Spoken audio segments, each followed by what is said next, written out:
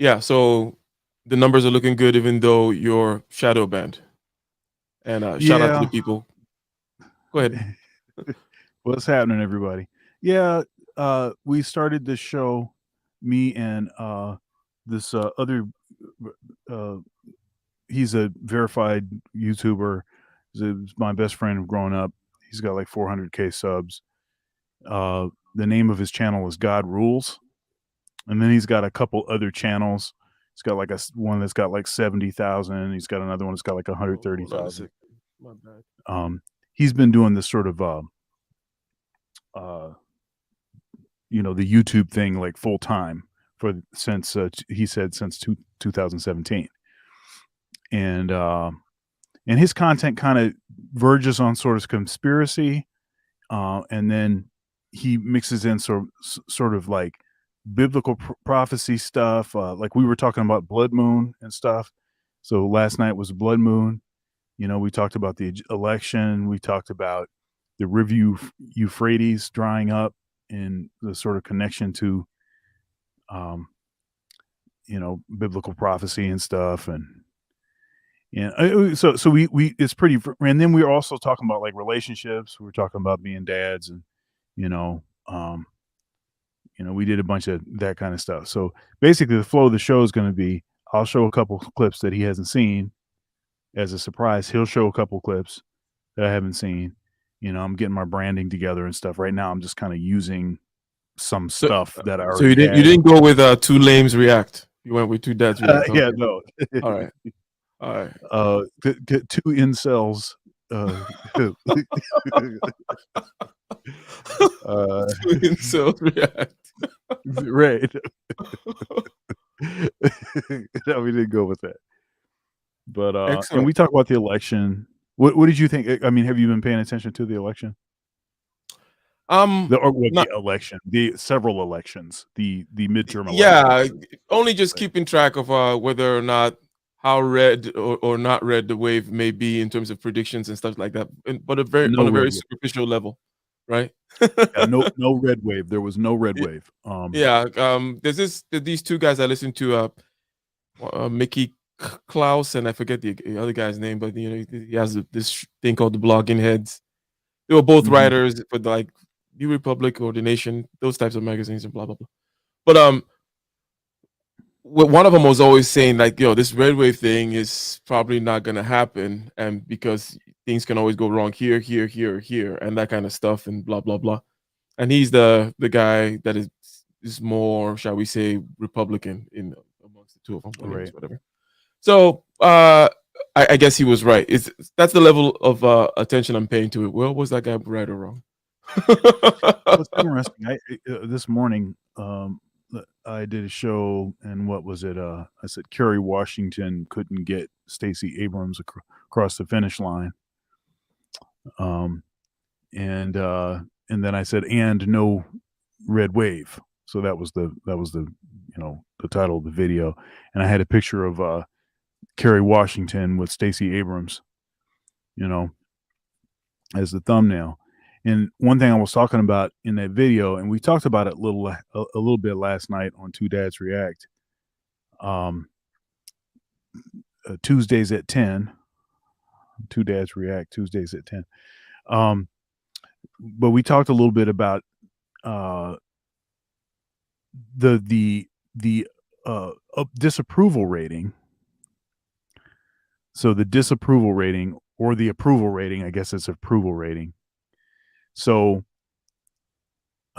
in 2010, Barack Obama's approval rating, and this would have been midterm, was 45%. In 2018, Trump's was 46%. And in 2022, Biden's is 44%. Okay. Now, here's the thing about this. Shout to the chat, Red Pill Finance, Chuck Wu, Igwe, and Kaiser Empire. Shout out to the chat. But here's the thing. On one of the prediction shows that we took a look at, so with Barack Obama having a 45% approval rating, he lost 63 seats. That's right. He lost 63 seats. Trump, with a 45%, lost 40 seats. Okay, now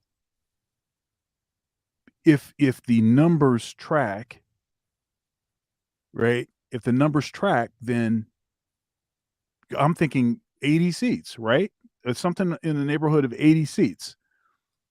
But no, that's not what happened at all. It's more of like a net zero. I think the Republicans will probably pick up control of the House, but that's about it. They're not going to gain control in the Senate. I was watching ABL,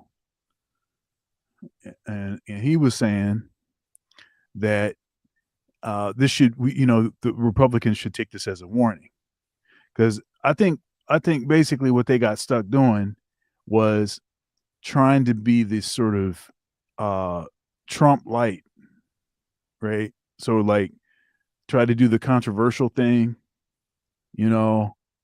The problem is that was kind of a one-time thing, and you can't do Trump as well as Trump does Trump. So you end up with like weak sauce, and it doesn't end up playing well. And so you got to find a different strategy, because they should have been able to straight slaughter. They should have been like 80 seats easy, but nope. But then it also tells me, and I was speculating about this morning, do you really think that Jim Crow Joe's approval rating is 44%? That seems like way inflated, just based on how terrible everything is. So based on the economy, based on like all of these like significant factors. The approval rating for me is one of the least, shall we say, significant in terms of marketing, which is what a lot of the polling and also influencing too. Like you're trying to have the election go a certain way by saying certain things, or by promoting certain things, or by ignoring certain numbers, or by people, in the case of Trump, where people falsifying their preferences, right? No one Right. saying that they're for Trump, and may even not tell the poll person that they're for Trump, or maybe they do it, but they choose to ignore it. But the polling, the news/polling complex is kind of geared towards pushing certain types of outcomes by telling certain types of stories, ignoring certain types of things. Right. So, and of all the mix of numbers and polls and things that are measured in that case, because you can say, oh, how about the competing ones? You look at this poll versus the Gallup poll versus this. Okay, yeah, sure, we can do that. That's one layer of it. But also the presidential approval thing it seems like such stuff that can be so can be yeah, I don't agree. I find it strange, in other words. But let's play a little intro here, and then we're gonna start continue reviewing this video. Sure. So this was a pre-intro dialogue here. This is the pre-show. It was the pre-show. Indeed. But if this leads to more gridlock overall, then the better. Gridlock, or even at least, because sometimes when things are more balanced, gridlock is one thing that happens, which tends to be good, but also the other side can start having investigations. Maybe you don't have you can't pass law, but you can do these investigations and have these inquiries and stuff, right? And that's good for content creators. That is good for content stuff creators to talk about. Yeah, and people get called up and asked questions and stuff like that. It is good for content creators. But ladies and gentlemen, yeah, click that like button. All right, who do we have in the chat, Dr. Thunder? Is it the same as you mentioned earlier? Folks thus far. Little Rock, Little Rock 2517 came through. Little Rock 2517. Okay. And what's happening? All right, let's do a little intro. All right.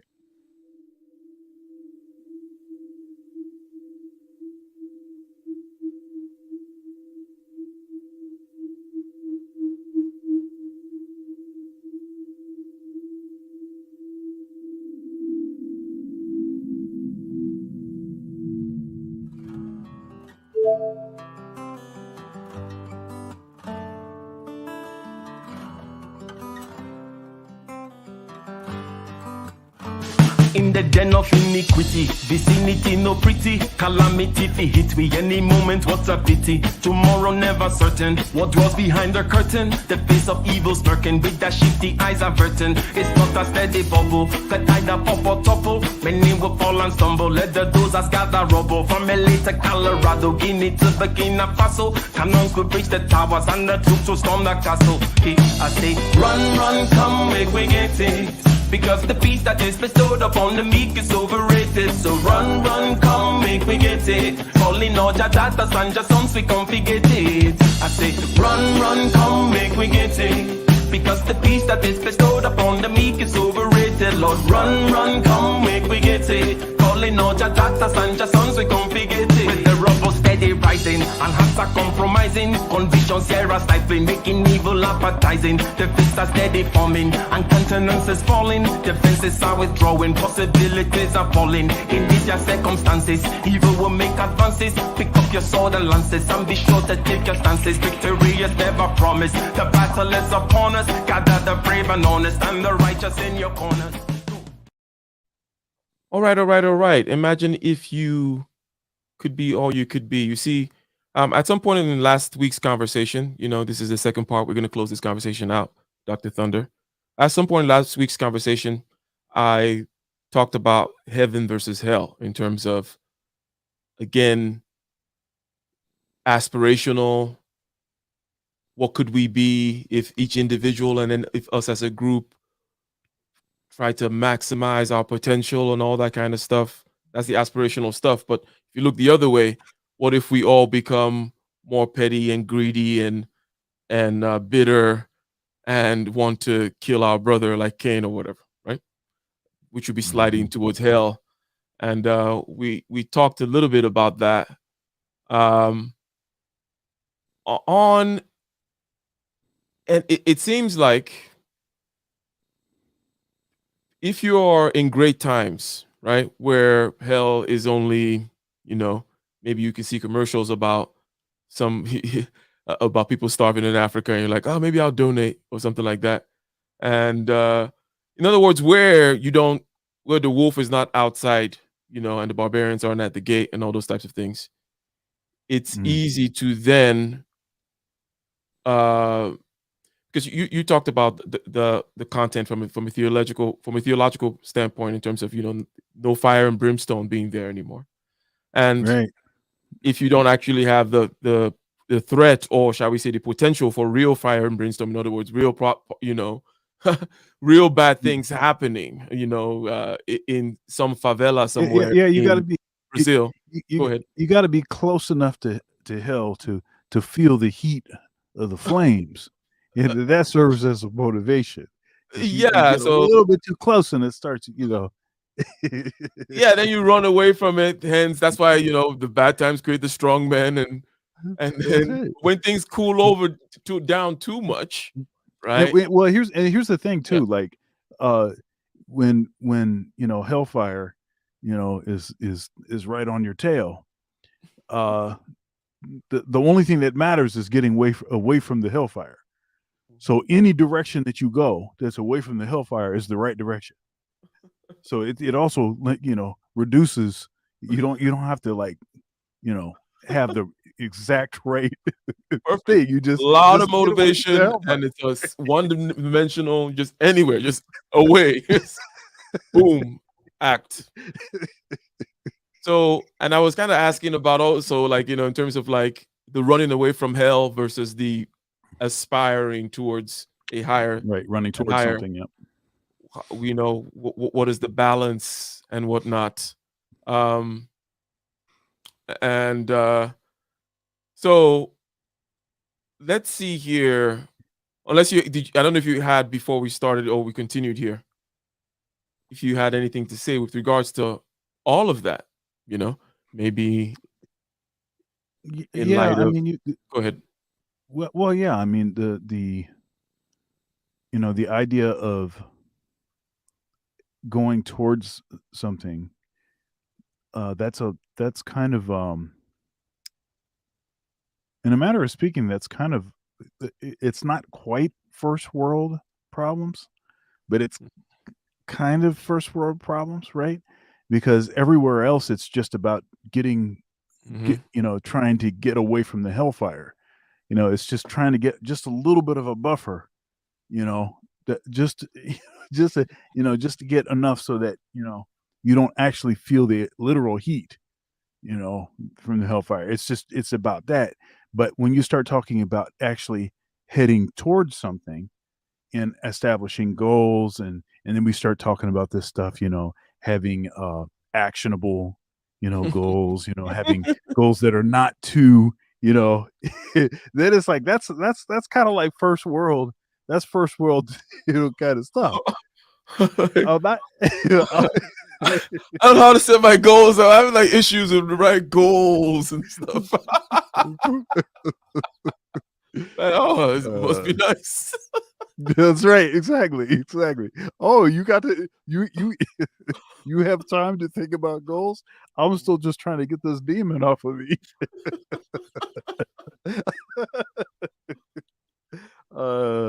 Okay. Indeed. So I'm gonna go from a random spot here. Let's just say at the 4-minute mark because I don't recall. Yeah, that's about it. That's good. Let's see here. It is not muted. Well, because I'm not using my earbuds, which I should have been. I'm going to. I got a diamond. That's right.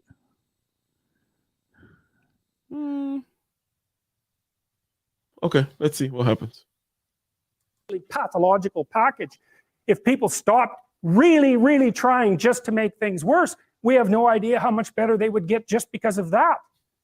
So there's this weird dynamic that's part of the existential system of ideas between human vulnerability, social judgment, both of which are major causes of suffering, and the failure of individuals to adopt the responsibility that they know they should adopt.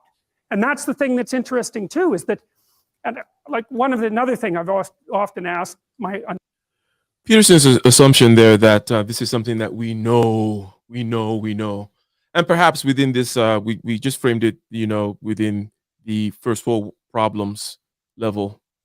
Is it the case that it is an innate desire or an innate knowledge that we are less than we could be, and in other words, this type of thriving, and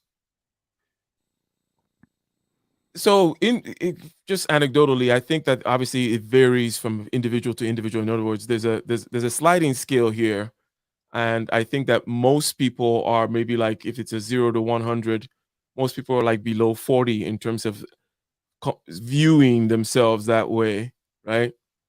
I recall I have a conversation. This was back in college when me and a buddy of mine were like, he asked me, he's like, do you think, he's like, are we basically asking this question like, are we BANs, right? Are we F ups, right? In a certain sense, right, with regards to our potential. I was like, yeah, So, which is again just knowing that, hey, I know I'm not, it's not, I know I'm not all right. All I could be. I'm not. Now was that just an acknowledgement of sort of ineptitude, or was that more of a come to Jesus moment? It is becoming ish. Yes, 100. I need to be, but and then the continuous, always keeping present that question, and the inevitable answer that is yes, you are a BAN, right? Because obviously, right. So, because I think Jordan is making that assumption here that he's saying the responsibility that they know that they should take, that kind of stuff, which is basically you're saying, I know I could be more, is this real or is it just Dr. Thunder and Jordan Peterson that are out here practicing this kind of either on the existentialist end or the stoic end kind of self-examination and scolding yourself? What do you think? Yeah, so it's interesting. Kaizo, if you could get rid of that bot. So anyhow, yeah, I think at one point, I think people know better. But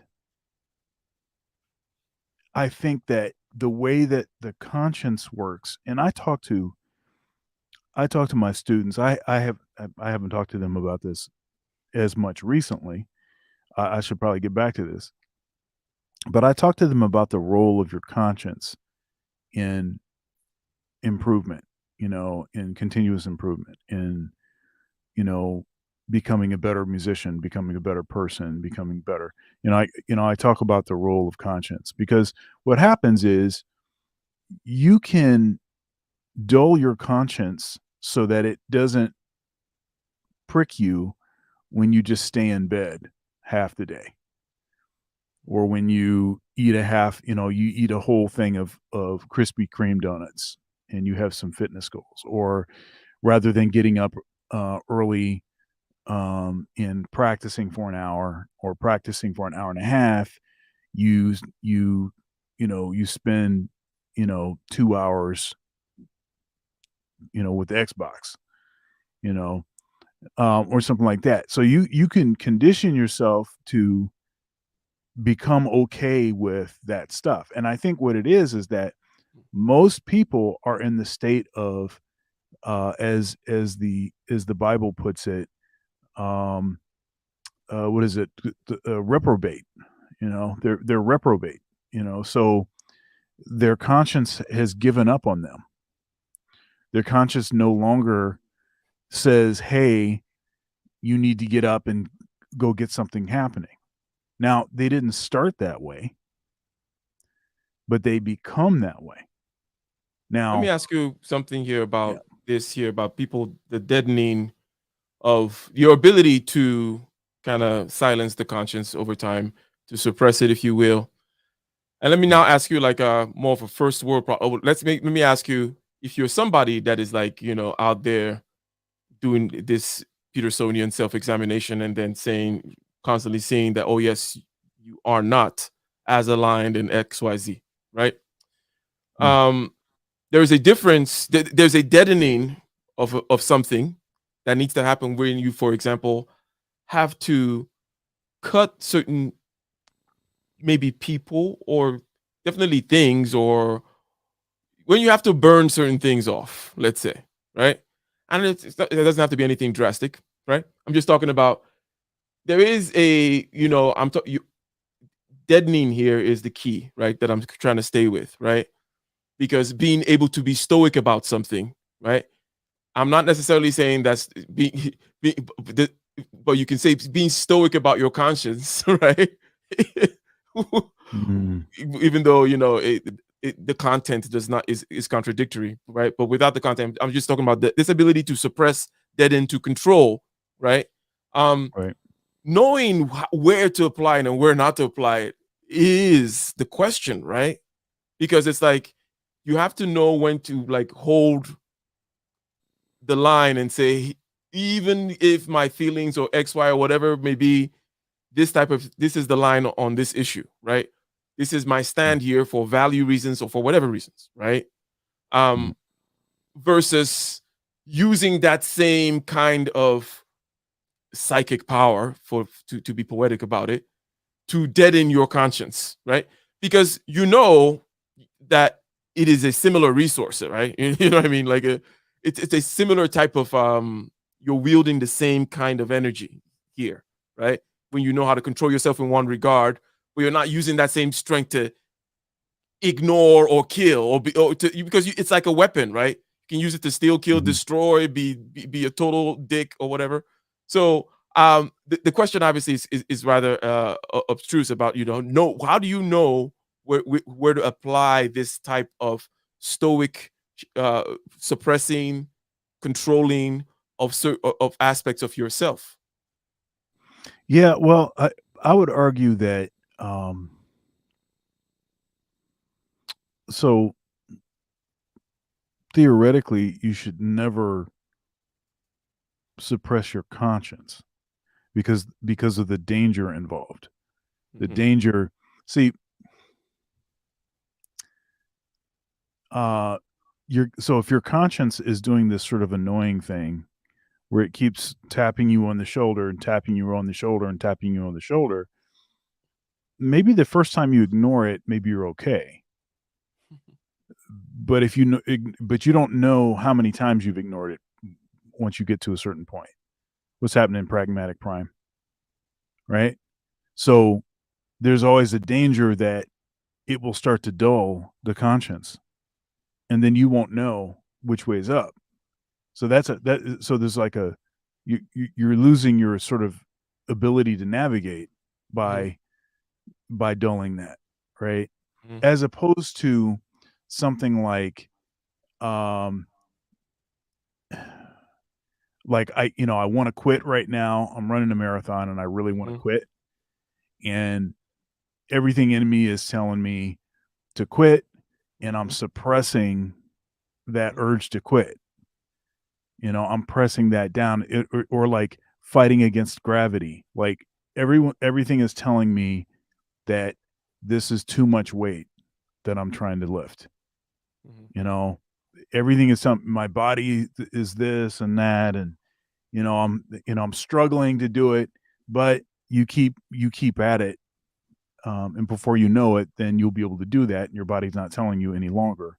So that seems like that's a positive thing to lose, but it doesn't seem like there's many scenarios where deadening your sort of conscience would be a good thing. Now, because we're human, we all do it at some level. And I think asking some of the deeper questions like Jordan is prone to asking could be a pathway back to a more sensitive conscience. I like that you mentioned that you put in there the sensitive conscience thing, and then you ended here with the sensitive consciousness, conscience thing. Yeah.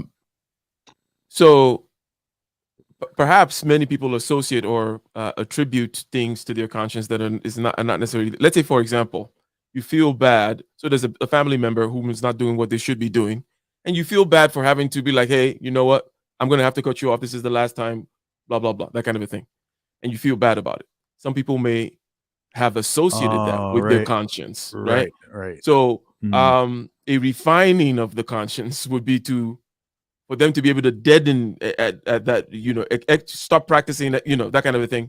But be able to know that this is not their conscience that they're deadening, Yeah, it's the simp. You have to know the difference between your conscience and your inner simp. I like it. Your inner simp, your inner simp versus your conscience. You have to keep these two very distinct and separate. I like that. Jiminy Cricket was the conscience in Pinocchio. The inner simp will be, I don't know. Maybe if I buy her a bigger ring, she'll stop cheating on me. Damn. All right. Let Peterson take it for the next minute there. Undergraduate classes is, there's this idea that people have a conscience. And you know what the conscience is. It's this feeling or voice you have in your head just before you do something that you know is stupid, telling you that probably you shouldn't do that stupid thing. You don't have to listen to it, strangely enough. But you go ahead and do it anyways, and then, of course, exactly what the conscience told you was going to happen inevitably happens, so that you feel even stupider about it than you would if it happened by accident, because I knew this was going to happen, I got a warning it was going to happen, and I went and did it anyways. And the funny thing, too, is that conscience operates within people, and we really don't understand what the hell that is. That's you. So you might say, well, what would happen if you abided by your conscience for 5 years? It's a simpleton, not necessarily a fool, right, Dr. What sort of position might you be in? What sort of family might you have? What sort of relationship might you be able to forge? And you can be bloody sure that a relationship that's forged on the basis of who you actually are is going to be a lot stronger and more welcome than one that's forged on the basis of who you aren't. Now, of course, that means that the person you're with has to deal with the full force of you in all your ability and your catastrophe. And that's a very, very difficult. You just picture Jordan Peterson having very serious conversations every night after dinner with his wife. His wife is rolling her eyes like, oh my God, Jordan. Like, but no, we cannot let this, can just let it fester. We must get to the bottom of why exactly did you look at me that way? Your sister's party tonight.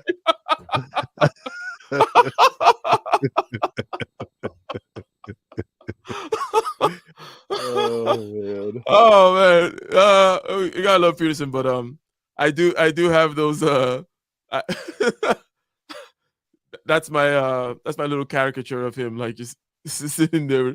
Because anyways, let's continue. Thing to negotiate.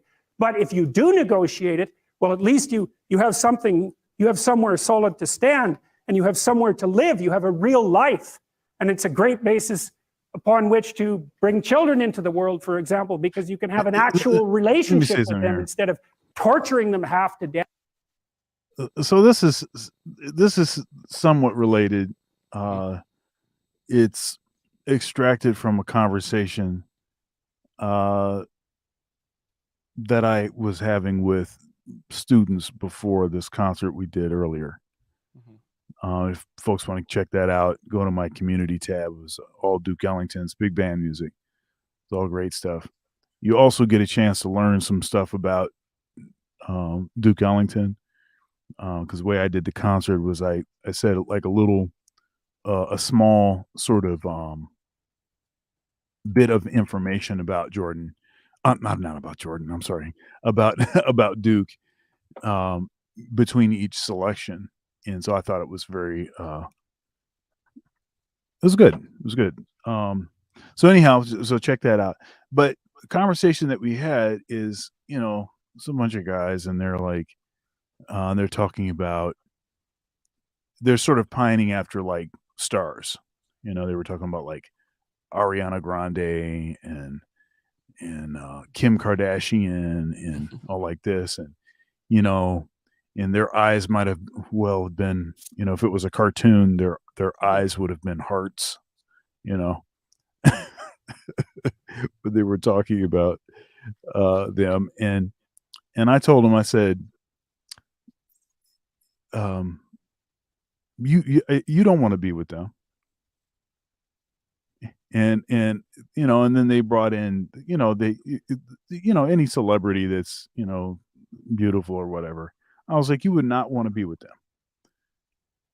They're just like everybody else, except everything's going to be way worse. That's going to be a terrible scenario. Plus, they have all this prestige and stuff, and nobody's going to know who you are. And that's going to create all kinds of problematic dynamics. And I couldn't get into what I really wanted to say, because you can get into like the whole hypergamy thing and all that. Like, why would a woman that has that kind of status pick you, broke, ain't got nothing, still don't know what you're doing? She's going to leave you in a hot second. And even if she gets with somebody that's on her level, as it were, or higher than her, Hollywood relationships don't last. Right? So, especially if you met in Hollywood, it's one thing, like if you're like Denzel and his wife, right? Like they were together before he made it big, right? Or like Jordan Peterson and his wife, right? Jordan's is a big celebrity. If he was trying to find somebody right now, it would be a crap show. Because you wouldn't be able to tell the difference between somebody that is there for you or somebody's there for, the persona, right? And what you find out when you're around stars, divas, all this kind of stuff, is that they're the same as everybody else, right? So you're going to have the same issues that you would have in a normie relationship with them, except for everybody going to be in your business, and they're going to have all of these other things pulling on them, and it's just not worth it. It would be a horrible decision. And one of them asked me the question, what's her name? Kevin always said she was a 10. Oh, yeah, You know what I'm talking about. yeah. Pam With her Grier? big. No. He said she was an 8. Oh, No. This is somebody more recent with her big forehead. okay. You know who I'm talking about. Chris Brown dated her. Oh, Rihanna. Yeah. So they was like, are you telling me that if you were like young, like us and Rihanna, like this, like that? I said, they said, if when you were 25, I said, I was an idiot when I was 25. So of course I would take it. But if you put my brain in my 25-year-old body, I'd be like, peace out. I would much rather look, normie love is where it's at. All of that, see, because you don't even know what the person is, because you create all of these, like, all these ridiculous images of them, like, you're pining after something that's not even real. It's totally manufactured. It's phony. Then you find out that they're the same as anybody else that you'd have access to, all the same issues. Yeah, you know what? When you But first, they haven't actually had to grow up to actually become a good person. It's like, when you first, do you want to date Taylor Swift? Heck no. Kim Kardashian? No. how did you end up talking to them? I mean, like, you just got in the middle of their stuff and started. Yeah, no, that they just started busting their bubble, and then they were like, "Oh, but you would like this," and you're like, "No," and then you're like, "Well, how about her?" And you're like, "No." Yeah, but then the conversation kind of turned into, and they were like, well, how do you know that dating stars would be like that? And what I wanted to say is, I mean, you can just open your eyes and tell that, but but they wanted to know who I knew, right? And I told them, of course, I know a lot of people, and I know people who have dated people that are A-list or B-list stars and stuff like that, and they were like, who is it? And I was like, I'm not telling you. I'm not going to do that. But even if I was going to even if I could tell you a name, that wouldn't change this conversation.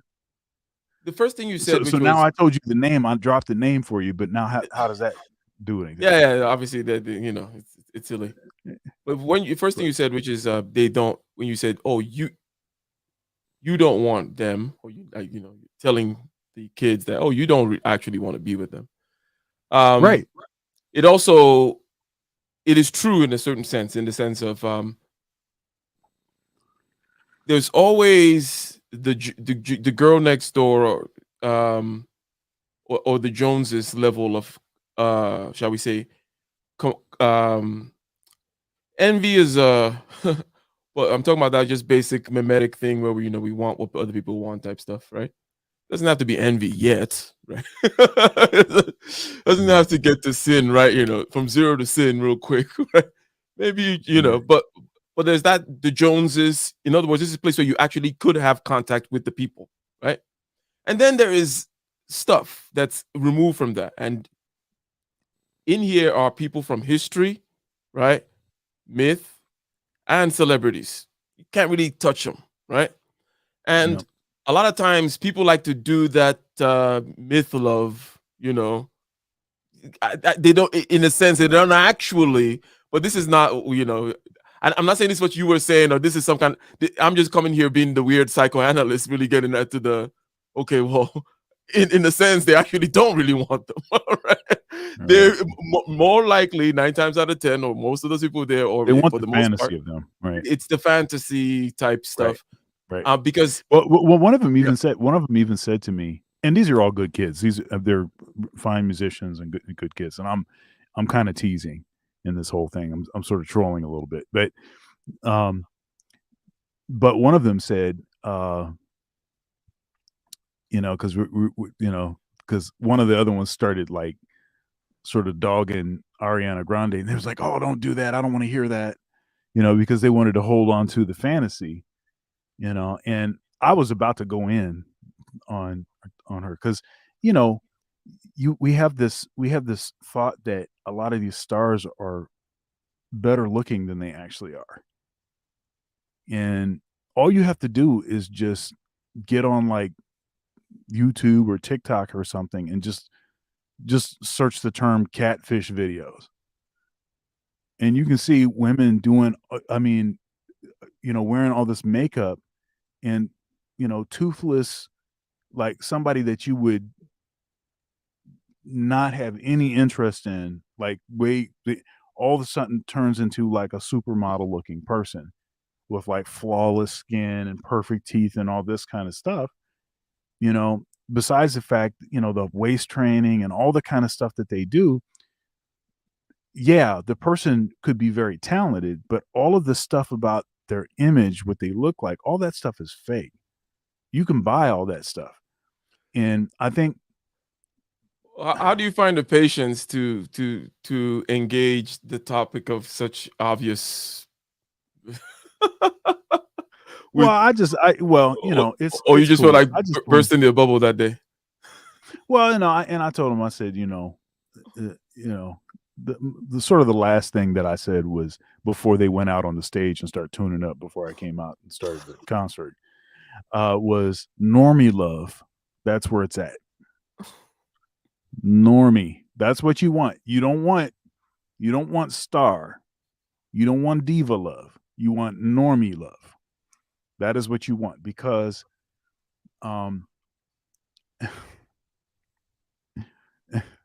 mean, you know how hard it would be to actually maintain it. Well, it's impossible. You can't maintain a relationship like that. It's impossible. There's a movie, and I started to cite this movie, but of course they do the happy ending thing, which would have never happened, right? But it's Jennifer Love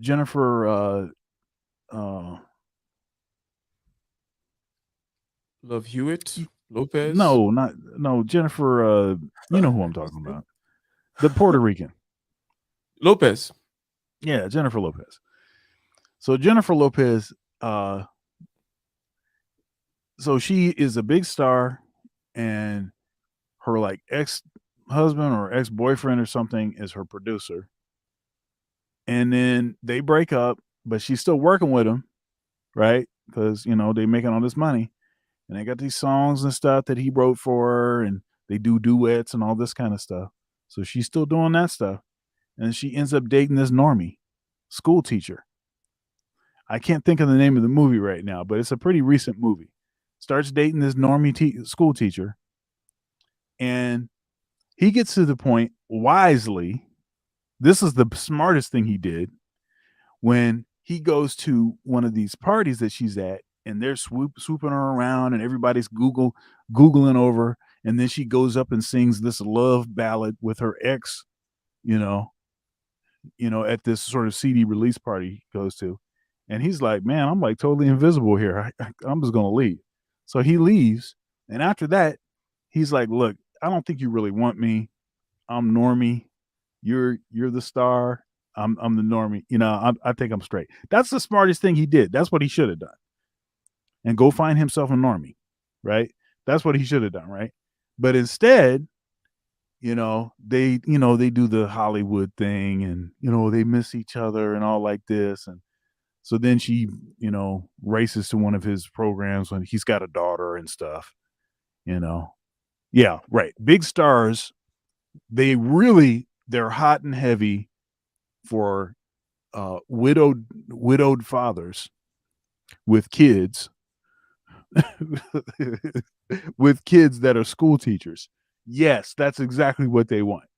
It's just like it's just so ridiculous. It's just so ridiculous. But somebody's always there ready to buy a dream, man. They're always willing to buy a dream. That would be the worst possible scenario for that guy, he would have, and just consider the dynamics in the relationship, how horrible that would be for the guy. I mean, now what I started to think about when I was talking to these kids was, you know what? That is right. I can't make the argument that you want to have a certain sort of leverage, like, you know, a certain position in your relationship, right? You don't want to be, you know, coming hat in hand. You ain't got nothing. You know, you got no leverage that way. You have nothing, you know, to keep the other person like interested and engaged, and nothing that the other person needs from you. So that it just creates a but they like partnerships these days. And so one of them was saying something like, well, why would it be an issue? You know, we'll get married and then I'll end up with 2 million or something like this. And I'm like, dude, this is like the wrong way to so. And one of them said, yeah, that's a sugar mama. I was like, exactly. So, but anyhow, it was just interesting. You know, it was their conversation. I was kind of listening in, and then I started adding a little bit to the conversation. And you know, and we've been talking about this for far longer than the conversation was. It was only like, you know, a total of a minute or something that we were actually talking about this. But it's just interesting. And I brought that up because Jordan is talking about having a certain kind of person, you know, having a relationship, having a spouse that is, you know, that can deal with all of your stuff, all of your, like, you know, ups and downs, and your sort of creativity, and your, you know, and you're pressing and pushing hard towards the goal, you know, that all that intensity and passion and all that stuff that you're pouring into the stuff that you're doing, because a lot of people can't take that. I have noticed in my own life, almost nobody that I know can actually take me. You know, they can, I mean, like, they can't handle the amount of like intensity. Like, if I really like open that up and like really, they can't handle that. It's a repellent. They're like, I got to get away from this cat, you know? So I think that's an important point that he's making about, you know, the sort of right person, you know, somebody that can handle all of this sort of, you really open it all the way up and going really hard for, you know, your destiny, you know, for your purpose, you know, somebody that is there to assist if they can assist, to be totally in the background if they need to be totally in the background, to be beside you if you need them beside you, to listen to, you know, you belly aching about whatever issue, or just talking through whatever idea. I know myself, I tend to talk through stuff because I'm intuitive, right? So if I talk, when I'm talking, I'm sort of like figuring stuff out as I'm talking. So that's a process, you know. So having somebody else where you can do that and it doesn't just drive them totally crazy, that's critical. That's critically important. And how much of that do you think you're going to get with a freaking superstar? How much do you think is Rihanna going to sit there and listen to me go on and on about all of this stuff? So, you know what I'm saying? That's the point. It's what's happening, nameless protagonist? The nature of this game, in terms of you being authentic, being yourself, honest within, and then it's necessary for all kinds of things to go right, and then it's necessary for starting a family, but then this other person therefore needs to be able to deal with all that honesty. So the first thing is the subjective thing. In other words, the honesty, you being honest with yourself about whatever it is, right? and you know, in that singular dimension of, okay, asking you every day if you're, in this case, you know, are you all you could be? Are you pushing?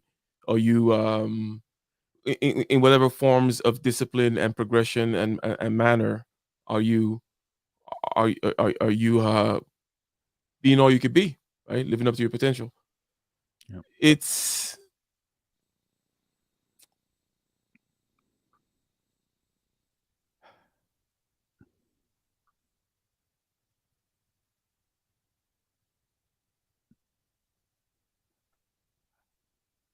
I guess what I'm trying to say, I don't necessarily want to uh put into words just yet. Let me see what Jordan continues here with the thing about the finding of the person, because I tend to Sure. think, I'm just going to restate that the first thing to do is within, because in the knowing the right type of person, because it won't work. There will be so much repelling of the wrong type of people. Yep. Such, you know, but I don't know. What do you think about that? In other words, that the work, a lot of the work starts within, number one, but also a lot of the maintenance and the keeping of that. It's about 80% internal, and then obviously, because you can't use that. Oh, you got to find the right XYZ. It's like, well, no, you got to be something, and then you be able to interact in the right, in the appropriate manner. You know, I totally think that's true, and it's part of the reason why I am repelled. I am turned off by people that say a lot of, like, do a lot of bragging and or a lot of outward sort of stuff. It's because I recognize that if you're actually doing the work, most of it's going to be internal, and you're not going to be talking. You're not going to be saying anything about the stuff that you're doing. You're just going to be doing it because you're too busy. You're too busy actually doing the stuff than to be sitting around talking about, you know. I don't know if you know, Dr. Thunder, but I'm a genius. Yeah, right.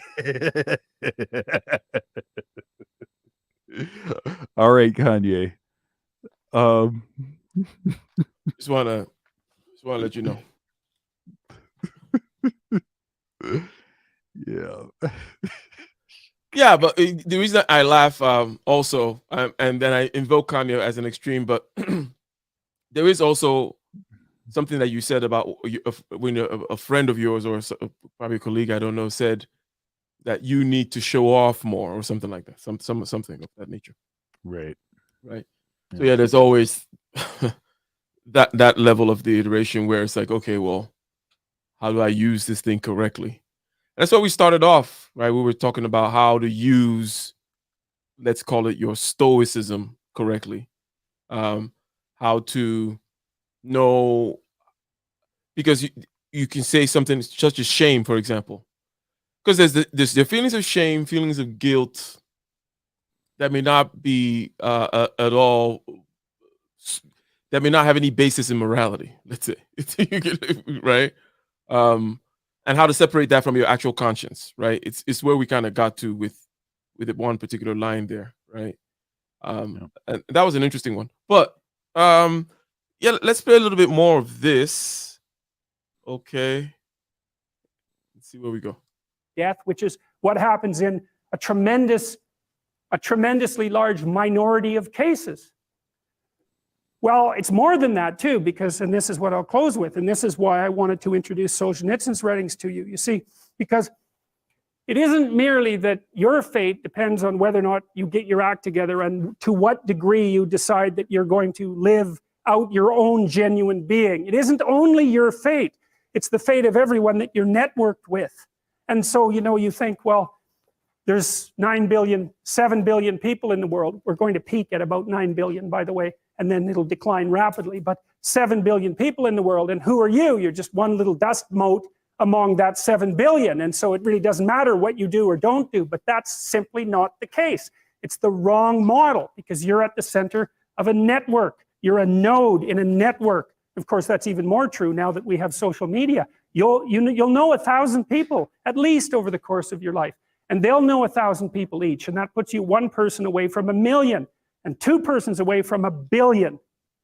And so that's how you're connected. And the things you do, they're like dropping a stone in a pond. The ripples move outward and they affect things in ways that you can't fully comprehend. And it means that the things that you do and that you don't do are far more important than you think. And so if you act that way, of course, the terror of realizing that. Yeah. The motivation, being motivated by, the most crass way to describe this would be to call it utilitarian, by saying, you know, the most good for the many, or how much reverberation is my action having within this network here? Is it helping in a particular way? A kind of consequentialist perhaps would be another nice little bucket to talk about. Like, okay, it's a consequentialist kind of a view of things. What do you think about this consequentialism that I'm imputing on him, even though he, you know, but he just got to this, like, oh, you will be impactful and such. Being the particular animal I am, this is where I start to get a little like, okay, consequentialism, and if it impacts or not, and all that kind of stuff. Like, yeah, I get it, great, but and I get that, you know, I'm being totally selfish, that I know that perhaps more people are motivated in this way than not, but I just chafe against it a little bit. What are your thoughts? Yeah, so the basic principle that he's expounding upon, really getting into the nuance and really spelling it out, you know, like he's spelling this out like a good novelist, right? It is just the principle of the steps that you take and in what direction, and the steps that you don't take, right? So that's really what he's saying. So any given steps that you take mean that you cannot be taking steps in another direction. Any refusal to take steps in a particular direction necessarily put you behind where you would have been if you had taken those steps, right? And so, and all of the angles and all of the opportunities that are presented from being positioned in the right intersection at the right time, based on based on the fact that you stepped in that direction, none of those things are possible if you're not taking the right steps, the appropriate steps, the right actions. It's not just a matter of how far you'd be down the road if you had started earlier. It's a matter of who you would have interacted with that is no longer in the same part of their journey. Right? You missed the bus. Yeah, that's right. So this is what it is that he's saying. And yeah, it's profoundly true. It's absolutely true. And there are consequences, for sitting on your hands instead of getting in the game. There are consequences for that. And and before long, you'll get used to sitting around doing nothing. Right? Your conscience won't bother you anymore. And so, I really like how Jordan puts such a priority on the moment. He really puts a priority on the moment. He's always talking about this stuff that is really, experiential, because it's very, a nameless protagonist wants to come up if if you want to drop the link.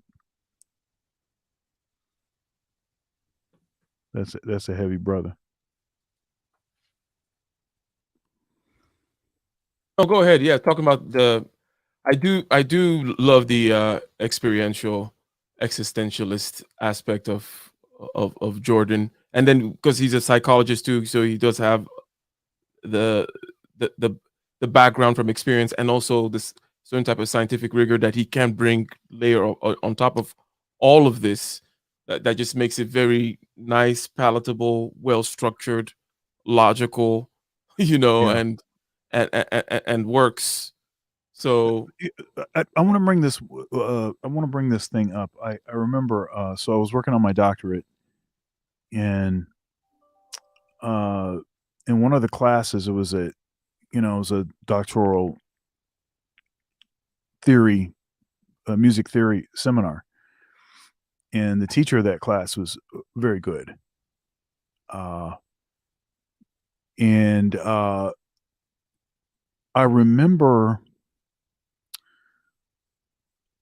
in his description of harmony, he would use this experience the voice leading, experience the harmony, experience, and he was talking about actually sort of interfacing with it on multiple levels. It could be like a tactile level of actually playing the harmony. There's an oral aspect of it. Then there's like the individual voices that are moving and where they resolve to in this sort of way that sort of, how that arrives. And he was talking about this in terms of an experience. And I always thought that was kind of he's the first person that I heard describe it that way, but what it's doing is it's prioritizing each moment, each thing that occurs along the pathway to arriving to the conclusion, right? Because if you think about art, a movie is not better because you arrive at the end quicker. It's not about expediting the end. It's it's about what you experience as things unfold. And it's all of the interactions of all of this stuff and the twists and turns and the you thought it was going to end, but then it takes you on this other pathway. It's not just simply getting to the destination. It's all of the things that occur along the way, and that's all that experiential stuff. mhm. And it's easy to, I think, when you're talking on these kind of topics and talking about, pursuing goals and getting to objectives and all this kind of stuff, achieving objectives, to not actually fully experience the process because you're not fully present. You're not like actually there. You're just kind of Present a is passenger. the word, and it contains everything. In other words, it's a word, present or presence, that I find encapsulates everything, and it tends to. It's not an easy thing, for people to catch, No. to catch the present, to actually ever catch a moment. And what Jordan emphasizes, and I like a lot, is that know that every moment is what this whole thing is. To be able to catch every moment, That's right. and That's right. and when you do catch and experience it, also then comes the whole, to use a word, miraculousness of it all, right? Yeah. That also becomes apparent. So that there's And many true layers. fulfillment. Yeah, there's an aesthetic layer, an ethical layer, and everything. It's like it relates also to what we said earlier about, basically, if you work on this internal, that being honest with yourself, and you will repel by the, and attract, which is I the law of attraction and all those types of things, and the karmas of the world, right?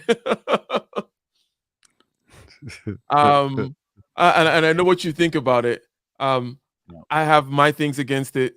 I just think that, for example, because let's say the karma, the concept, and if I go back to where it came from and I look at the original, and I'm like, I get what the person is saying, and everything else is just bastardizing. What the person is saying is what we're saying, basically, is that, hey, if you gotta fix something within, okay, and this Right. will determine to a great deal what happens in the network around you, right? But anyways, the nameless protagonist, I believe that is you, or not, or I just dropped the link and someone showed up. Can you see who that person is? Can you test your microphone? Yes, it's me. Good evening, everybody. How you guys doing? Was that? We are doing well. Did you have something? Go ahead. What prompted you up here? Well, I mean, I caught you in my feed, and I don't get a lot of opportunity to catch folks really speaking on what I would just simply classify as introspection. And I think this is an interesting conversation. I came in a bit late, so I'm still catching the gist of what's being talked about. But I'm Indeed. deducing a bit from what you guys have been having from the past 2 points you've played the clip so far. So Excellent. Well, welcome here as we continue this conversation, ladies and gentlemen. We got another half an hour to go here, and we're going to continue playing this. But anyways, click the like button, share, and super chat and all that good stuff is working. Okay. And Kaizo, if you're out there, drop a couple of Kenyan shillings, that whatever dusty currency you can. I think what is it? 1,000 equals $1.89 or something. No, it's actually 100. It's on that 100 scale. 100 scale. Oh, okay. Yeah. And sometimes it's like drops a little bit, goes up a little bit. But anyways, let Peterson here continue with what I was kind of pointing out to be the kind of consequentialist, kind of like, well, you will be impactful and all that kind of stuff.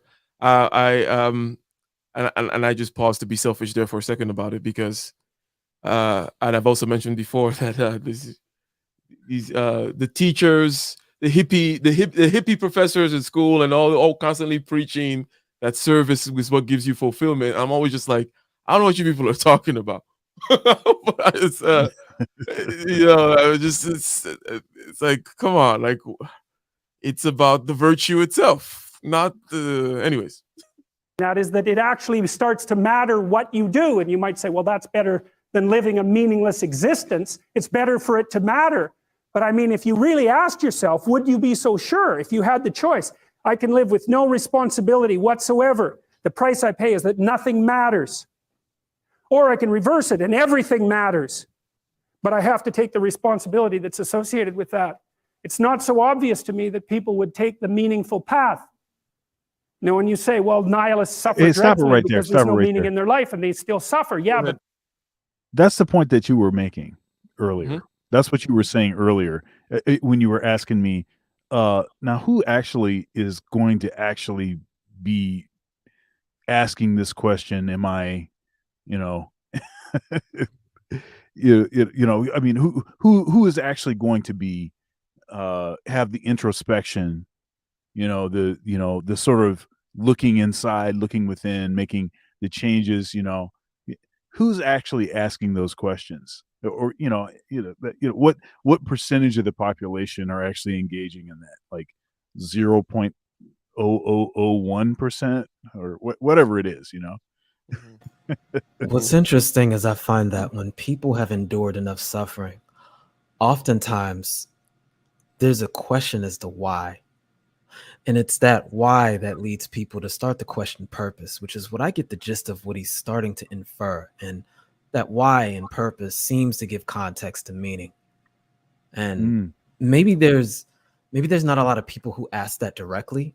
I just don't think they may have a kind of framework to operate through to justify what they're experiencing. And so they start projecting on others. I'm really just trying to defer what I see other people do, because what I hear when people complain about their situation, I see lack of purpose at the end of the day. And I think this is a issue that really plagues people in the developed first world in particular, even more so than usual, because purpose has been essentially reduced to fulfilling biological imperative at its root base level.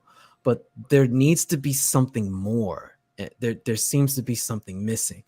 I suppose his argument is an appeal to what some would call civic duty, perhaps, and a lot of the virtues that are associated with that, the pursuit of justice and doing good for good's sake, perhaps.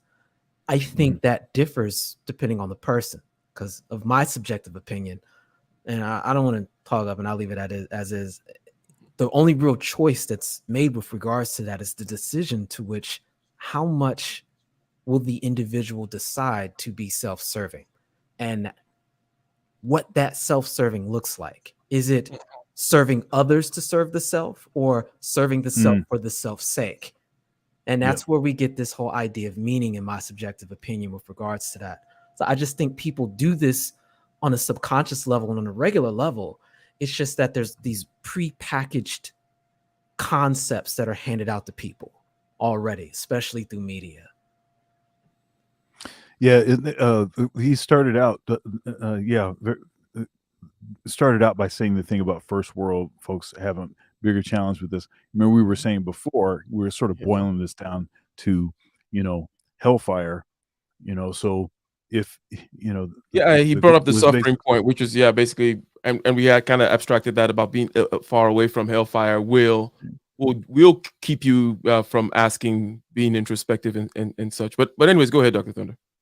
Yeah. So the thing is that when hellfire is close, the only thing that matters is just getting to the point where you don't actually feel the literal heat of the hellfire. And that might be the first time they've ever actually taken responsibility for it. Let's say in the situation where they do learn from that experience, right?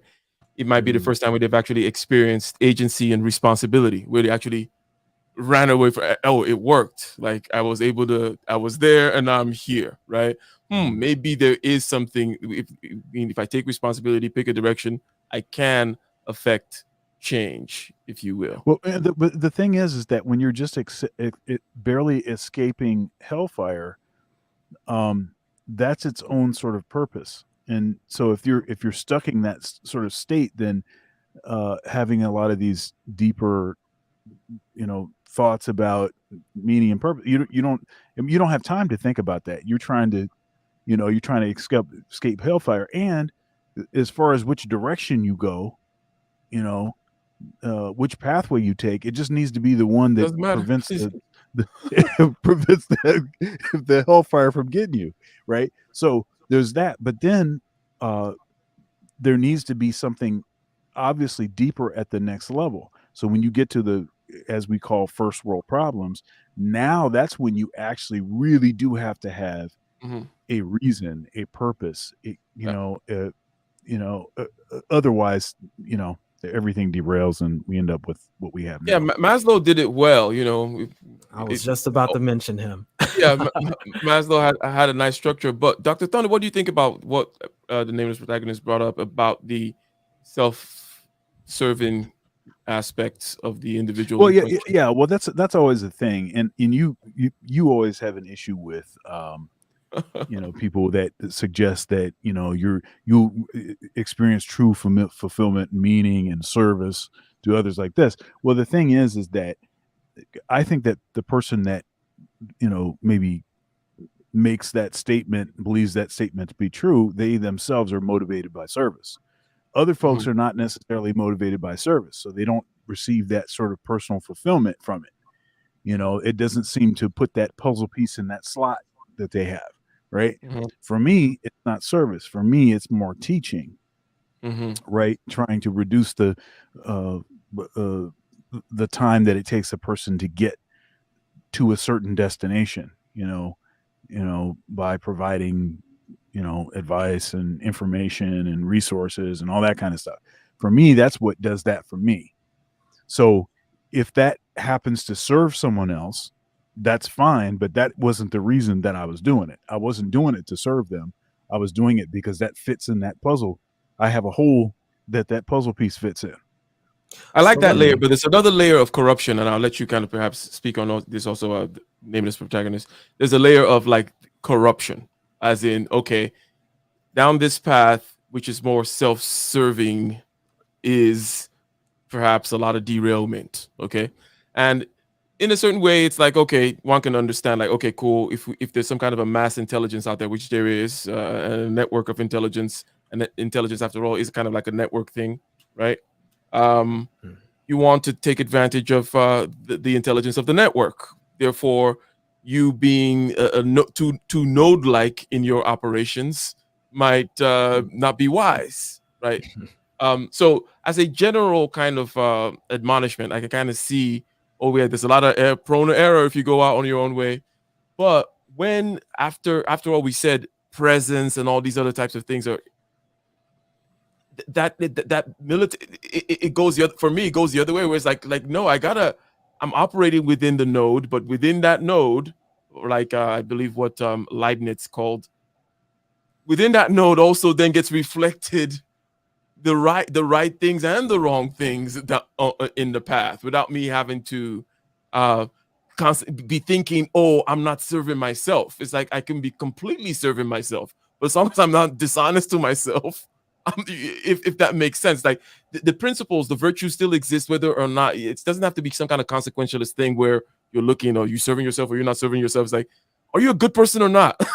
Okay, like Right. And that's such a, I think it's interesting. Like, I fundamentally don't agree that this is some sort of on switch that's flipped off, because the meaning of that will change from moment to moment. It's why I call the present moment the superposition between the past and the future. And it's an ideal that we experience relative to our ability to have a consciousness about it. And so I look at this idea of self-serving, and what I mean by that is I don't see service to others as anything more than a means by which the self is being served, only in that I think it's the only real choice human beings make.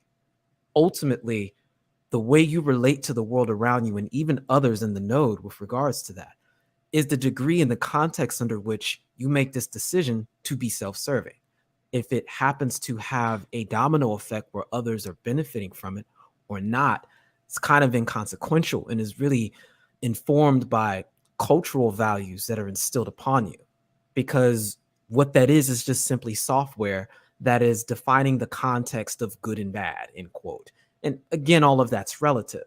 So here you are serving as kind of a mirror for that. The way that's framed, in my subjective opinion, is based on whether or not you made these choices out of fear or love. And there's a lot of individuals who don't have these things for themselves, or rather, I should say, they and their desires are animated by one of those two kind of modalities, generally speaking, unless there's a frame of indifference that's there where neither is happening. And in that case, what we often see is the apathy that was described before.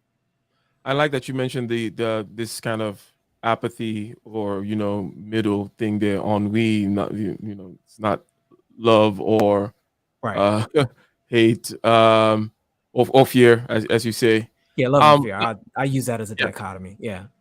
So, Dr. Thunder, let me I wonder what you think about that, but I want to say, my general approach in this case would be, okay, cool. I said I'm using node logic here. I'm like, okay, I come as a node. I want to be good, and I think that I don't have to look consequentially out there to see and think of self-serve versus selfless as like, that doesn't seem to make sense if the right questions are being asked and the right attitude is there. And then you say, okay, what is the right attitude? Is that of love? And I'm like, okay, cool. My general thing is to have granularized it within within subjective consciousness, let's say, right? And I think Dr. Thunder, you did, generally speaking, there's because we talked about conscience, right? Right. Okay, there's a conscience, okay, and then there's a general idea of the disgust being an aspect of the moral sensibility also, right? But I'm saying all that to move towards like a granular in the moment noticing, right, of what exactly this love that you talk about is where I like to get to, right?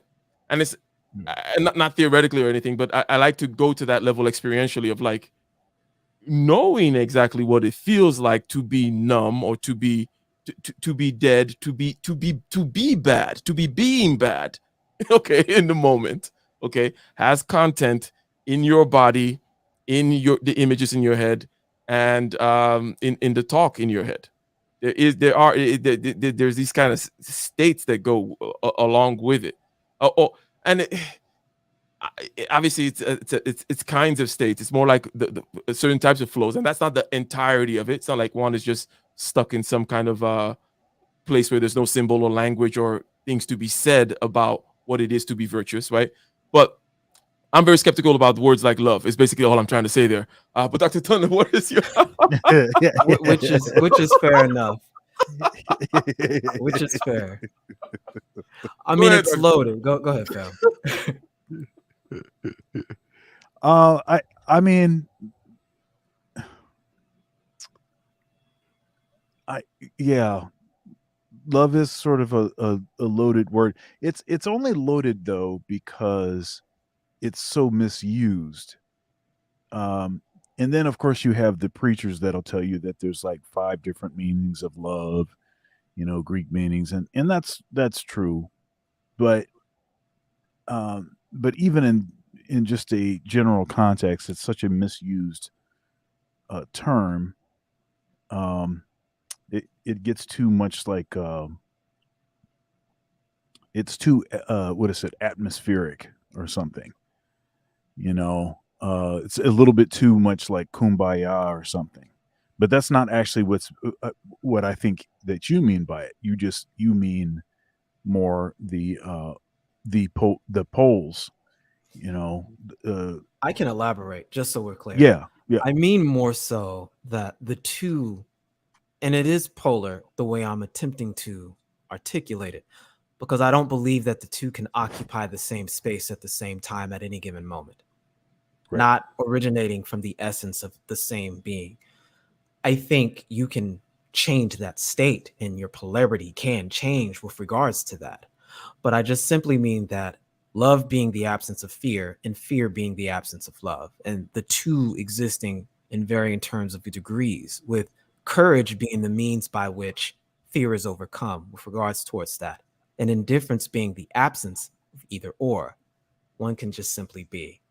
And I think we go through these stages, and I don't want to make it seem like it's just this constant pendulum swinging. I think this is what paints a person's disposition towards themselves and perhaps others. And maybe there's ways that can be adjusted. I'm sure our neurology accounts for that.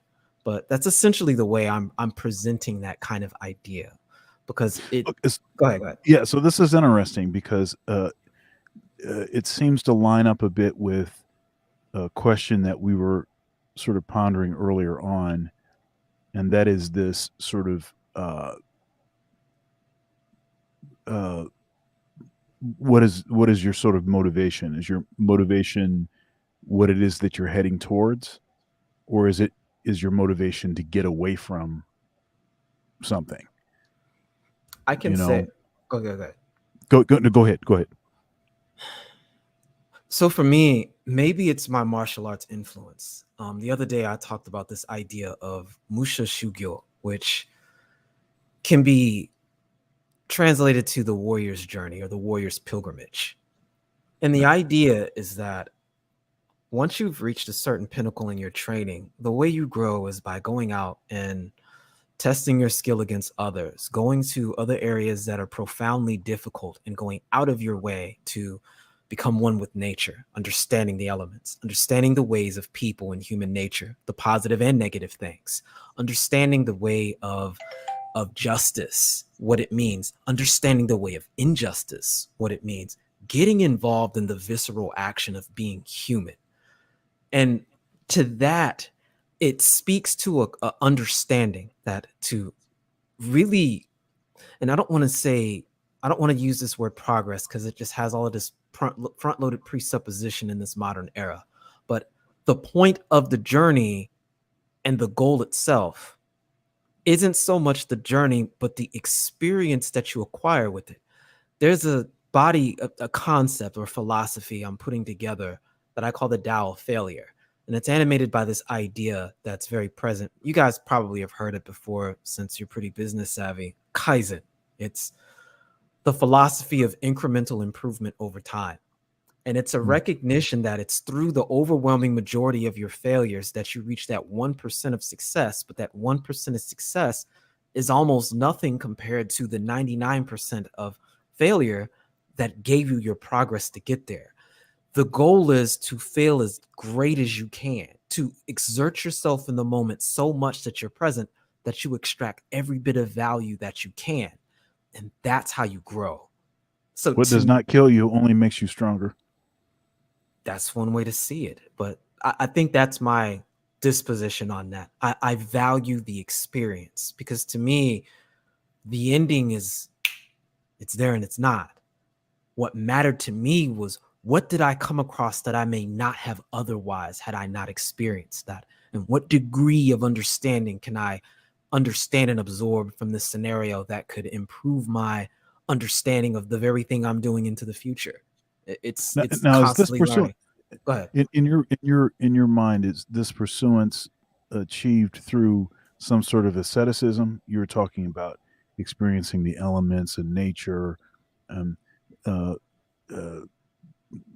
things like that. Are you is the journey sort of propelled by some sort of asceticism? Is that what are you at least implying that, or is that at least part of what it is that you're? I was explaining the idea of Musha Shugyo and what Musha Shugyo did in general. It did originate from an aesthetic practice, and it was adopted by the warrior class because it was seen to be very useful with regards to grounding a human being and humbling them from the position that they were in, because many in the warrior class experienced a great deal of privilege. And so it was humbling to be put out there in the world and not have things and be reminded of what it means to be human. I see. Yeah. 1 second here. Yeah. Heavy, man. I've seen you around the space for, in a bunch of folks chats, and I know that you just, it seems like you just had a convo, and I haven't seen it yet, with Green Gorilla. Yes. Yeah, I haven't checked it out yet. I want to check it out. Yeah, we broke down the war on drugs and a lot of the interesting scenarios surrounding that. I believe the series that we're doing has really just been creating counter narratives to a lot of popular beliefs and angles that people like attacking Black men in the space in general. So we've been busy working, digging up the history, the facts, and really laying it out so people have a point of reference. Yeah, I'm definitely going to check that out. All right, let's play like a little bit, a minute more or so, or round it out. Yeah, we'll just play the rest. But the advantage is they have no responsibility. So that's the payoff, and I actually think that's the motivation. Say, well, I can't help being nihilistic. All my belief systems have collapsed. It's like, yeah, maybe you've just allowed them to collapse because it's a hell of a lot easier than acting them out. And the price you pay is some meaningless suffering, but you can always whine about that and people will feel sorry for you, and you have the option of taking the pathway of the martyr. So that's a pretty good deal, all things considered, especially when the alternative is to bear your burden properly and to live forthright. Yeah, I mean, I guess a very nice blow dealt there to the kind of nihilistic complainer. The modern I'm a woman? victim of existence, and I will kill myself, but it's all for self-aggrandizement, Self-sacrifice. Self-sacrifice for the ego. Anyways, I call it multiplying by zero. Go ahead. Self-righteous suicide. That was whose song was it? Anyways, it's rightly in the world. Well, what Solzhenitsyn figured out, and so many people in the 20th century, it's not just him, even though he's the best example, is that If you live a pathological life, you pathologize your society. And if enough people do that, then it's hell. Really. Stop it right there. Really. That's a really good point. And I've heard even on base topics, I've heard people mention that. So for instance, they at one point in their life, they, I don't know, say for instance, they slept with a lot of women. And one of the reasons why they got out of that is because they started to basically hypersexualize all women, because that was their pursuit. And so they attempted to stop doing that.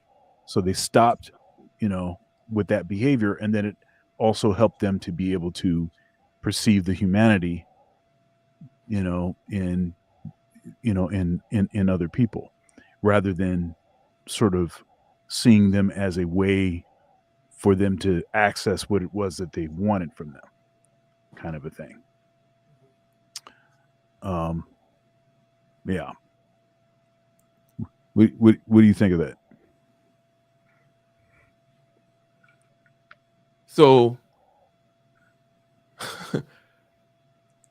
am I supposed to judge the person with regards to how authentic they're? I always wonder about changing. Well, actually, so actually, what I'm asking is, so Jordan this is what, in my mind, this is an illustration of what it is that he's talking about. Maybe rewind it for like 10 seconds or something.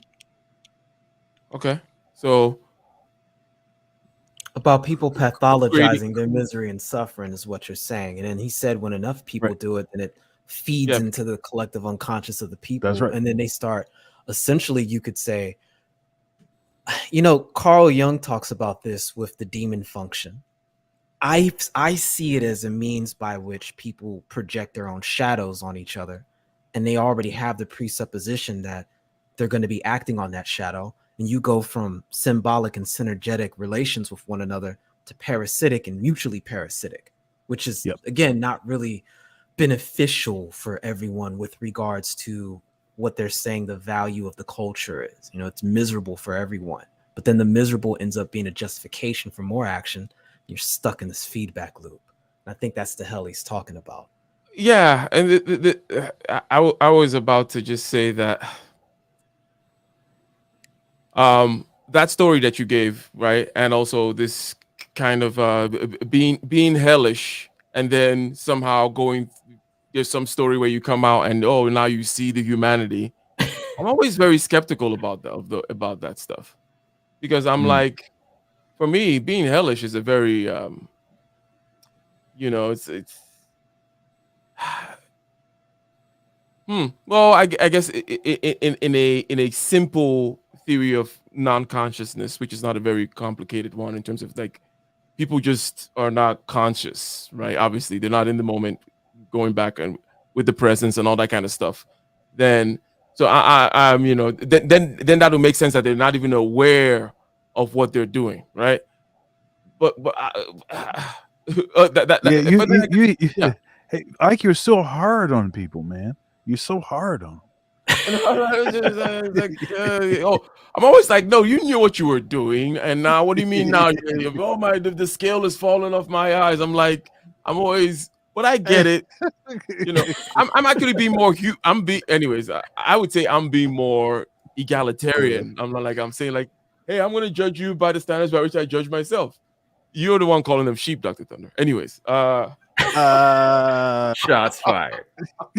Shots fired. It's probably a little bit of A and B. I'm sure we have psychological backup plans to accommodate for both at any given moment, especially if the culture co-signs it and gives you a way out. Shout out to a lot of religious institutions. Shout out to hell. Really. And you can read the Gulag Archipelago if you have the fortitude to do that, and you'll see exactly Great what book, by the hell way. is I like. recommend And then you can all decide 3 if that's a volumes of it. place you'd like to visit, or even more importantly, if it's a place you'd like to visit and take all your family and friends, because that's what happened in the 20th century. Okay, and that, Yeah. ladies and gentlemen, is it. Yeah. Okay, we have come to the end of it, and I think that by way of recap and landing this plane here, Dr. Thunder and Nameless, we are talking about this concept of being all you could be, and what would happen in your life. What kind of options would you have?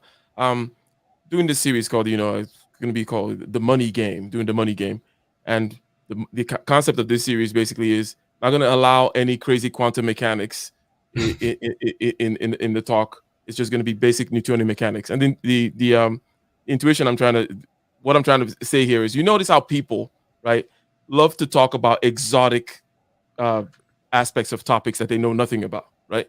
In other words, people typically are not just studying physics, right? But they like to talk about the exotic, weird ends of physics that they don't But no one ever considers like, if I hold something 6 feet from the floor, how long does it take to fall? Because given the acceleration due to gravity, there is a number that is tied to that, such and such and such. People don't think about those things, but they want to know about the quark and gluon, blah blah blah. They want to get their mind blown by some kind of weird thing. So, anyways, let me get back to the recap here of the basic thing is, are you running away from something? I want to ask you this, and also ask for your closing thoughts, Nameless. What motivates you more, in terms of in the moment action, sourcing for this energy that this motivational energy, is it the idea of, hey, I have to move away from hell, move away from being this person that doesn't do what they say they're going to do, move away from being a loser, whatever your depiction of hell is, move away from being a bitch ass nigga, right? Or is it more aspirational, moving towards something? And also your closing thoughts, Nameless.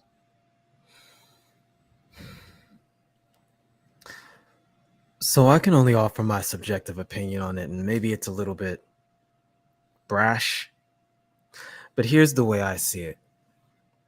I only believe in 2 fundamental guarantees. 1, death, and 2, pain. That's it. Everything else, from my point of view, is an additive. It is something that the essence of what I am either projecting on myself or others. And I therefore have a choice.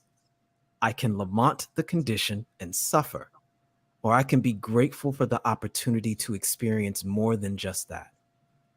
And from that point on, that key word experience becomes a question of, how do I relate to it? And there's this idea of getting out of my own way, which requires an understanding of who and what I am. And that in and of itself is a profound privilege that I experience, because I learned that in trying to understand myself more, it gives me context to understanding the world around me. And I'm not so clouded by presupposition and being caught up in these 2 fundamental things that I can't change or control, so I accept. And it's not out of some sense of victimhood. It is simply a resolute acceptance of the reality. There is a concept in swordsmanship that is called suigetsu. It means the water moon. And it's taken from a poem that simply states, when you translate it, the moon reflects itself, and without thought, so too the water. The water is much like the concept of the mind. And when the mind is still, it can reflect the image of the moon, which is far greater than that puddle is. That is an expression to encapsulate this mind state called mushin, or no mind, which is the absolute expression of being in the present. It's to be so present that you spontaneously and automatically act without meaning to, but with intention and with objection to, or with the objective to simply be who you are in the moment. And it's a way of, it's a paradoxical kind of freedom to where you are free to experience. To me, that's what my goal is, learning how to get out of my own way. And I learn different ways of doing that. And to me, that's where I find my meaning and fulfillment, if that answers your question. It does answer the question quite well. Yes. Hey, you should while Nameless is still in the chat, you should mod him up. Oh yeah, cool. Yes, definitely will do that. And yeah, getting out of your own way, being in the present, and many other things that you mentioned there, that are part of the same spiral. Dr. Thunder, what are your closing thoughts? And in terms of what you said there, Nameless Protagonist, right before the very end, in terms of you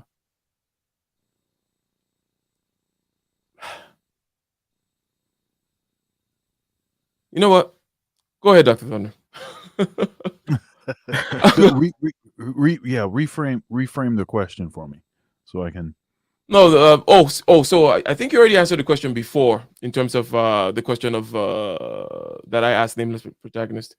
But it's just your closing thoughts. The question I asked him was the question that we addressed before, just about running away from something versus running towards something with regards to aspiration and whatnot. And Nameless Protagonist, it gave more or less the answer I like to give, not to co-opt what you said, Nameless Protagonist, but that being is the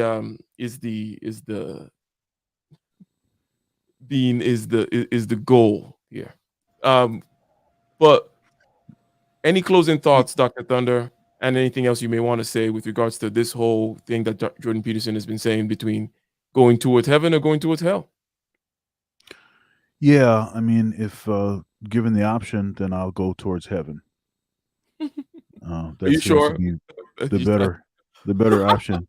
Even if the propulsion and the speed is generated by my escape from hell, because the flames are giving me that sort of cartoon-like boost, His feet are a blur in the air. That's right. So yeah, I do think that it's easy. It's common and easy to get things maybe too complex, right? So, as things develop and as you become proficient at stuff and start to have opportunities to express your skill in a variety of ways, it can start getting more complex, which can make it more and more challenging to really truly be in the moment. And so it's not something that you just wake up one day and you're able to just be in the moment. It's something that you have to cultivate. You have to pursue. You have to, and it's a discipline. One thing that I enjoy about conversation, for instance, is conversation gives us that opportunity to actually truly be in the moment. Unfortunately, what it seems that happens most often is people are not really in the moment in conversation. They are sort of holding on to what it is that they want to say when they're given the opportunity to speak, not really paying attention, listening, using every moment as a possibility to enrich themselves and to be present for someone else, right? Or they're listening to you based on their judgment of your intentions. Like they're always like doing this kind of intentions game. Where it's like, okay, well, why is he really saying that? As opposed to what exactly is he saying, right? Like, what is he here for? Is he an agent as a Right. Well, what So- is this? Go ahead. Yeah. So I just, I'm working on that, and it's it's again, it's a it's a path that I'm on. I don't even know if it's an actual destination, right? It's something I think I can continuously improve. So, Hmm. I mean, that's pretty much my thought on it. I really liked what Jordan was saying about, because he was talking about the kind of people that first of all, people that can handle you being fully on your journey, as it were, fully engaged and intensely focused on your purpose and where you're headed. And it's hard for people that they themselves are not on their own journey pursuing that with a certain kind of intensity. You'll burn other people up. They can't handle it. It reminds them that they're not on their journey. Every time they see you so, resolute and so focused on a particular task or a particular goal or whatever it is. And so having the right person in your corner that can handle that is of critical importance. It would be better not to have anyone at all than to have some that cannot handle. And as I said before, it's been a, people talk about like your journey being lonely, or it's lonely on the top, or it's, any variety of versions of that sort of, sentiment when you're sort of on your purpose and you're sort of laboring in obscurity, all of that kind of stuff that people say. And I think I think that's true. And I think it's partially true because there's such a small percentage of people that I think totally can understand why you'd want to be on your grind like that,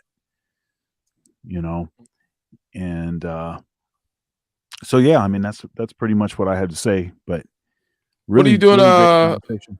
Great Dad's React show. But how about your Thursday Thunder's Thoughts? What you got coming up?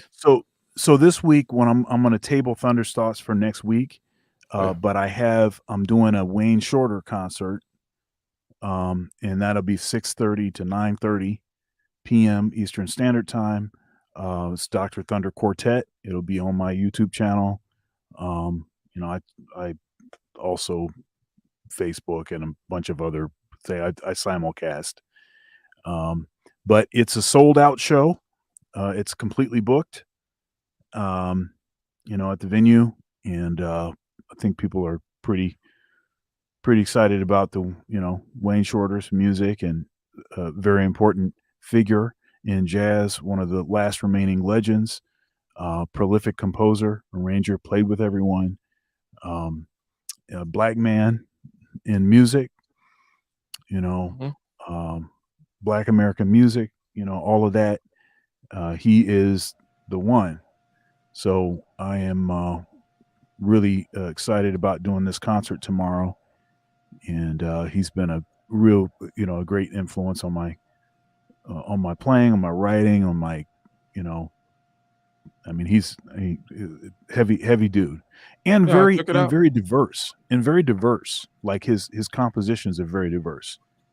Like he's anywhere from, I mean, so first of all, I selected 23 songs from his collection of music. I mean, it's a lot of playing, but we're probably not going to be able to play 23 songs. But I selected 23, and they range in style, in the different bands that he was playing in, where he really did a good job of sort of like playing to the sort of strengths of the other band members. Like he played with Miles. So a lot of the compositions in that period, especially in that time period that he was playing with Miles, were a lot more atmospheric and less sort of bebop kind of oriented, like earlier Miles was. And so, yeah, his pen is how we experienced a lot of Miles Davis in that sort of plug nickel, that the 60s, early to mid 60s Miles Davis with Tony Williams and Herbie Hancock and of course Wayne Shorter and so anyhow, so I'm looking forward to Dr. Thunder Quartet. We'll be putting that show on, so that's going to be the stream. Plus, of course, tomorrow morning I'll be doing one of my usual Car Thunder. Yeah, Car Thunder episodes. That's right. I drop my son off, find a location, and stream. That's pretty much what that goes like. Then, yeah. So that's what's up. Word them up. And yes, good way of articulating that aspect there, Nameless, when you talked about the freedom to experience, right? Where it would be that spontaneous acting, where can I say in the something? zone, if you will. Go ahead. Dr. Thunder, and this is something you can probably relate to as well with what I was talking about. Just to reiterate the point before we close out, because I've seen you playing on IG, so I want to use that as an example. There are times where you're playing, and I'm pretty sure, particularly when you're in a state of improvisation, where it isn't so much that you're even playing. It's almost as if it's playing by itself. There's very little thought involved to the way you're playing. There's a practice muscle memory that's taking place, but the focus isn't even on the instrument. It's in what's being expressed while you're playing, and not this being caught up in the technicality of the fluid of the dexterity that's required for whatever you're playing. It could be any instrument, but that state of mind that you experience where the focus is just honest communication of the present moment. That's an illustration of what I'm talking about. This idea of suigetsu or nomai mushi. That's an expression of that at a given period. Yeah. I mean, when you were talking about that earlier, it made me think about a couple of the different sort of brainwave activity, that we talk about. We talk about alpha state, theta state. There are others, but for this, for what we're talking about, alpha state is very it's sort of like naming stuff. This is a table, this is the floor, it's the sort of technical, it's like getting the sort of functional technical stuff together. It's like when you get in a car for the first time and you're a student driver and they're telling you put your hand on 10 and 2 and you're sort of micromanaging every activity, right? That's alpha state. Theta state is when all that stuff has become automated, right? So theta state is, rather than me thinking about all of these itemized operations, now I'm just thinking that I got to go to work, and I start the car up. I'm not even thinking about what's going on. The seatbelt is going on as I'm backing up. I'm going where I'm going, and I'm not thinking about any of those other things. And sometimes what'll happen, I do a lot of driving, is I'll be on the highway and I'll get sort of in this sort of, it's almost like a time warp, right? Where like 30 minutes will evaporate. I was like, where did that 30 minutes go? And it wasn't because I was sleeping. It's just because I was so dialed into something, right? That all of the functions of sitting in the car, driving the car, became so automated as to only facilitate where the car was going, the purpose of getting in the car in the first place, the destination. And I see that as the same thing that's happening, when I'm playing or when we're having a conversation right now, right? We're talking. It's the same mechanism. I have something that I want to say. I'm not thinking about the syntax, the grammar. I'm not thinking about any of that stuff. right? I'm not thinking about the particular words I'm going to use. I'm just trying to get the point that I'm trying to get out, right? And hopefully it's heard in the way that I intend it to be heard. And then when it, perhaps if it's not, then I go in and I try to nuance it so that the other person can understand it better, right? So that's that whole communication thing. I use language as a metaphor frequently in my teaching, with my, in particular with improvisation with my students, because that is the objective. And there are things about music that are inherently beautiful, just like there are things about speech that can be inherently beautiful, but they may not be actually appropriate for the particular context. They may not actually be communicating anything, right? So it's possible to get to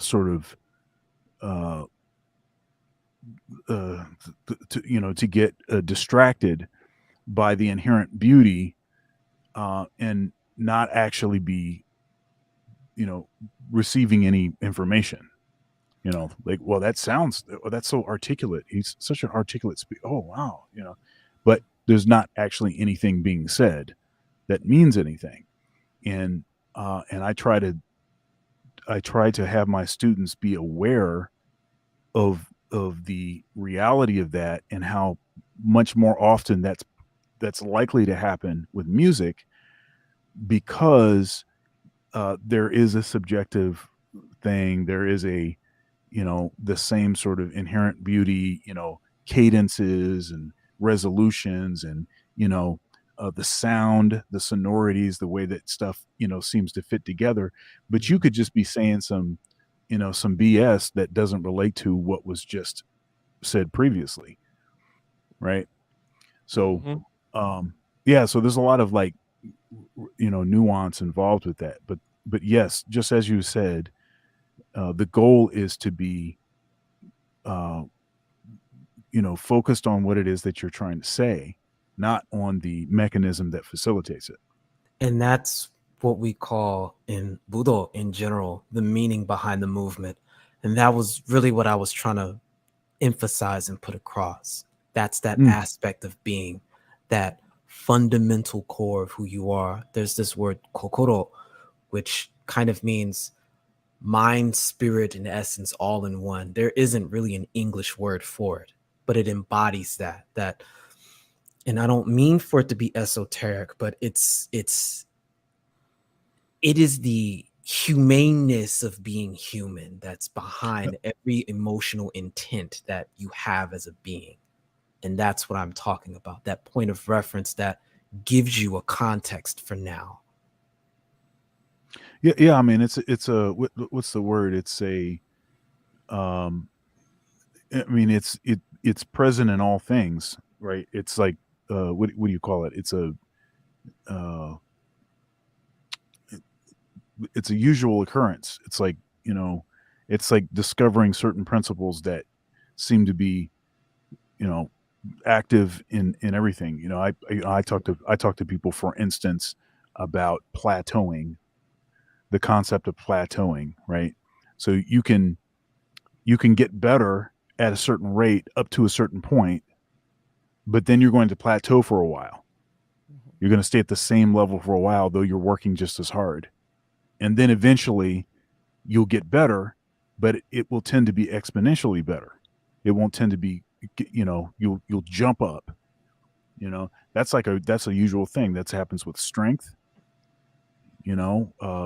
So it's on the physical level. It's also happens on when, I talk to my students about practicing. So they max out at a certain tempo, for instance, playing something that's technical, and they keep hammering at it, and it can get frustrating, because you're not getting any better. You still can't do it, and then all of a sudden you can do it 20 BPMs faster, like the next day. And part of it is because your brain is actually literally burning new pathways, because it sort of has decoded what it is that you're asking it to do, but it takes time to do that. To pay homage to the back chat, right? Vegeta going Super Saiyan for the first time. Yeah. Yeah. Facts. All right. Well, it was great having you up, man. This has been great. I All right, definitely that's a good place appreciate it. good place to end it. We'll be back. And by the way, Sunday, 4 p.m. Eastern, case closed on this channel, I believe. Yes. All right, peace.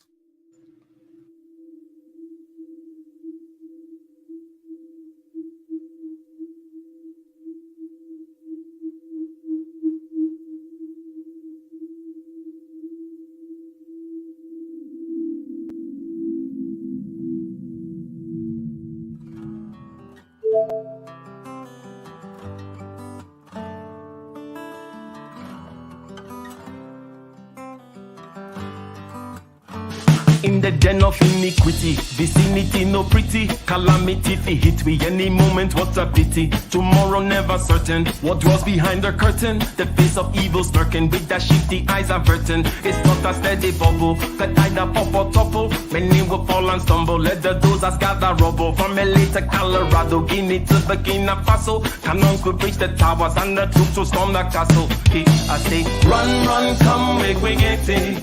Because the peace that is bestowed upon the meek is overrated. So run, run, come, make me get it. Calling all your daughters and your sons, we come forget it. I say, run, run, come, make me get it. Because the peace that is bestowed upon the meek is overrated. Lord, run, run, come, make me get it. Calling all your daughters and your sons, we come forget it. With the rubble steady rising, and hearts are compromising. Convictions here are stifling, making evil appetizing. The fists are steady forming, and countenance is falling. Defenses are withdrawing, possibilities are falling. In these your circumstances, evil will make advances. Pick up your sword and lances, and be sure to take your stances. Victory is never promised, the battle is upon us. Gather the brave and honest, and the righteous in your corners.